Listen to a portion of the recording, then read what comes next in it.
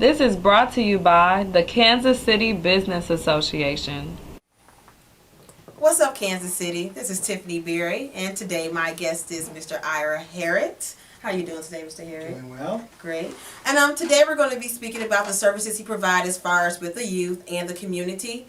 So first, Mr. Harritt, I would like to go ahead and speak about the American Friends Service. Can you tell us about that? Sure. The American Friends Service Committee is a Quaker-based peace and social justice organization, which basically means that we are motivated by the belief that there's something sacred in every person, and that through the power of love and nonviolence we can improve the world. We can challenge injustice, we can overcome violence with nonviolence, and help make the world a better place. That is awesome. And could you tell what makes up this particular committee, the people involved, and the things that they can do to help the community?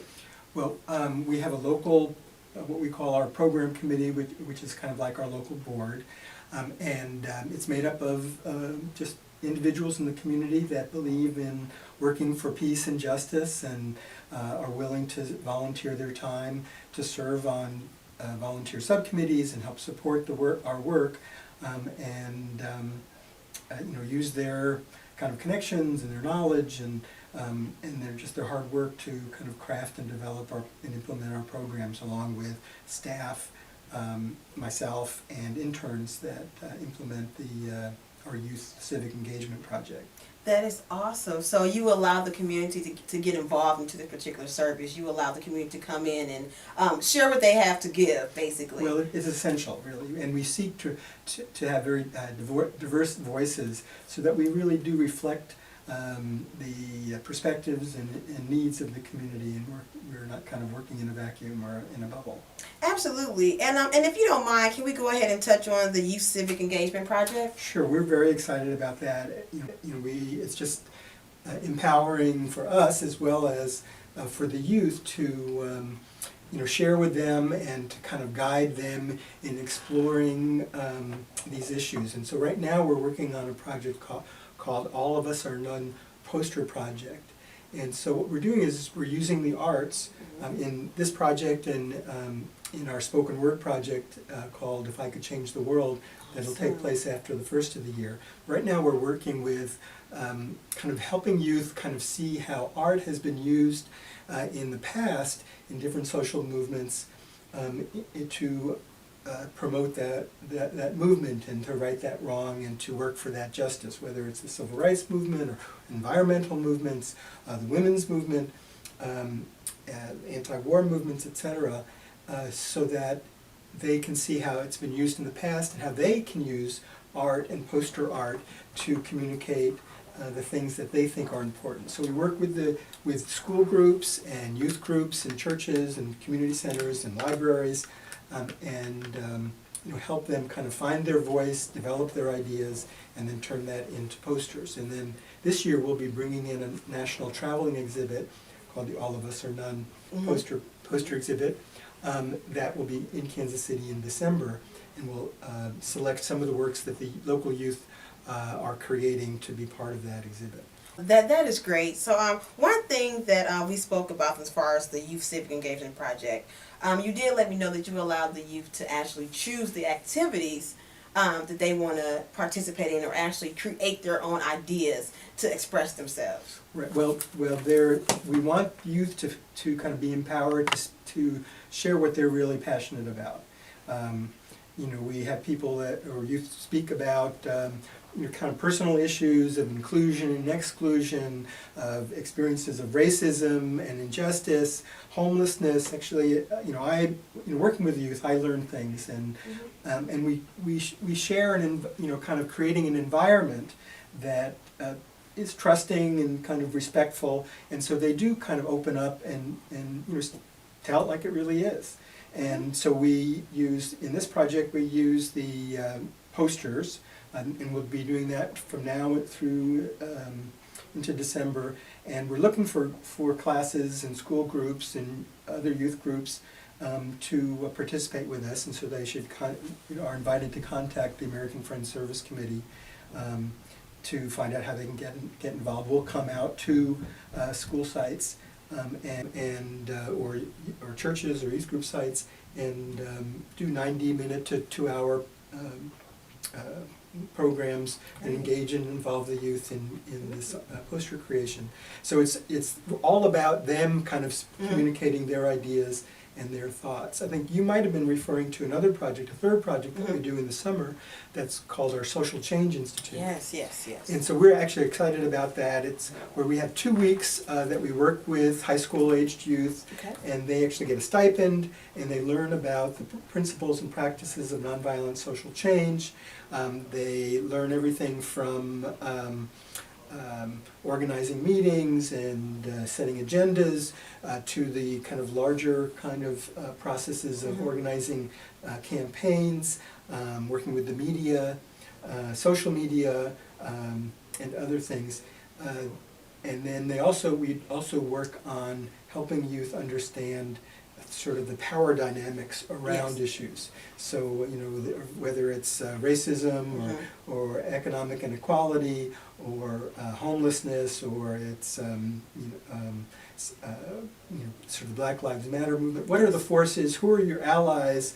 You know, who are the decision makers? How can you impact and understand the ways to apply the power that we have as groups and as individuals to make change? And this past year, the youth focused on supporting the Kansas City, Missouri campaign to raise the minimum wage. And so they got very involved. Great. They kind of learned how to talk to people about the issue and learned about the issue. They collected over 200 pledge cards from people to support the campaign. They did phone banking to turn people out for rallies and to call council persons. And they participated in a march and a rally. And so this is all in a 2-week period. That is awesome. And they just, blossomed and they thrived.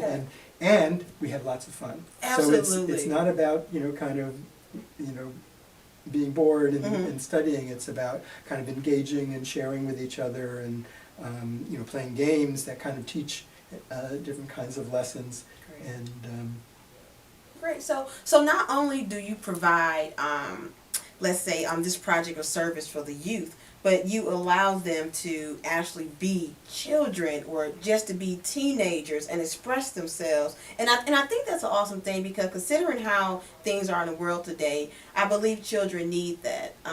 And we were speaking as far as you're saying that we're not preaching to the kids. We're not trying to tell them, hey, you have to do this or you have to do that. But basically, you're just letting the kids know, hey, you're destined to be great. We want you to know that you're great. So I think that's very awesome.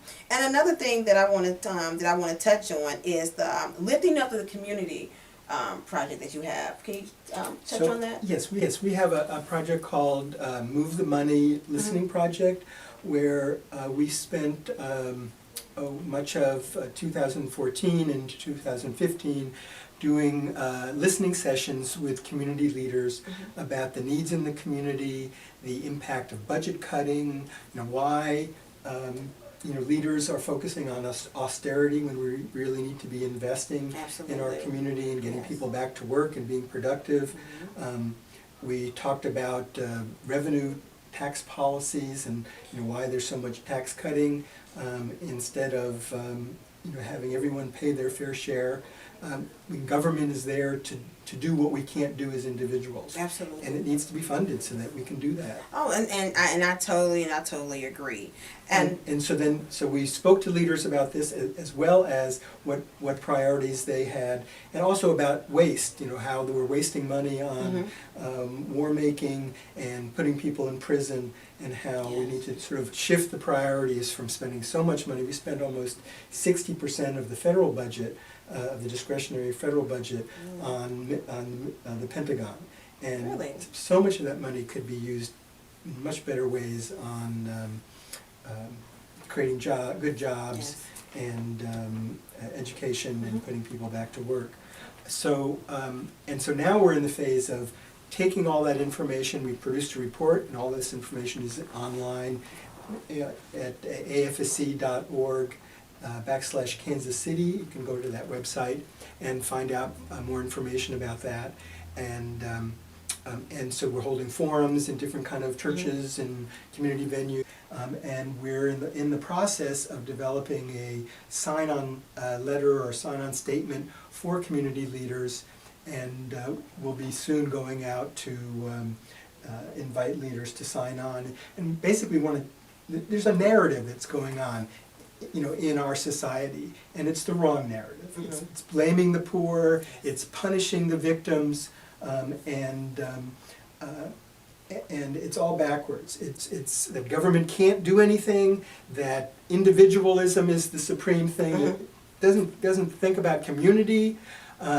It focuses on also on that the idea that markets are natural and fair and should be unregulated. So basically it wants to give big business, not small businessmen, but like the 1%ers and the biggest corporations, power to just set all the rules. Absolutely. And then actually linking all of that together is racism.